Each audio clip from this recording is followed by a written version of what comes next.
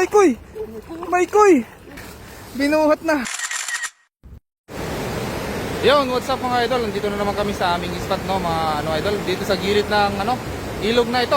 At dito napakaraming namumugat na mga isda, iba't ibang klase ng isda. Mga karpa, mapatilapia, mapahito, dyan. Kaya tara idol, samahan nyo kami sa aming paghahagis ng ating kaibigan na si CJ Rivas. Yun mga idol, tara. Ayun na si CJ Rivas mga idol. Iniispatan yung mga isda na napakarami dun sa baba. Titignan niya kung saan niya hahagisan. Sana makarami kami mga idol. Let's go. Yun mga idol. At hinahanda na natin yung ating gamit para hagisan natin yung mga isda dyan sa baba. Dito na sa gilid mga idol, daming mga isda na namumugat. Let's go, tara. Go. Tandaan lang idol, baka makatakas sila. Ang dami dyan oh. Ayun, ang ganda ng hagis mga idol. Ang ganda ng hagis. Uy, ang lalaki. Ang lalaki. Uy, tingnan mo baka. Ang lalaki mga idol. Wow. Uy, nakachamba ka idol.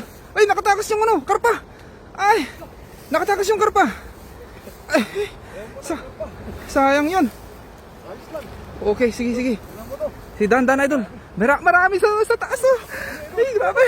Dandan idol, mamaya ay kukunin natin mamaya. Ayan oh. Ayun, ang dami. Uy, ang ganda ng isa. Wow. Uy, swerte. Panalo. Sige, ilagay mo sa ang ganda, Maykoy. Wow. Ayun. Binuhat na. Napakaraming isda oh. Swerte. Ay, dandan ito. Madulas ka pa dyan. Ay.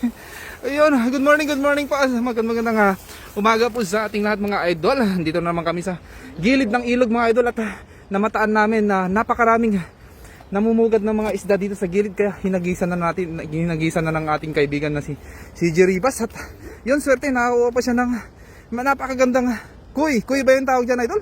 Kuy. Oh, ang ganda. Kuy, ano to?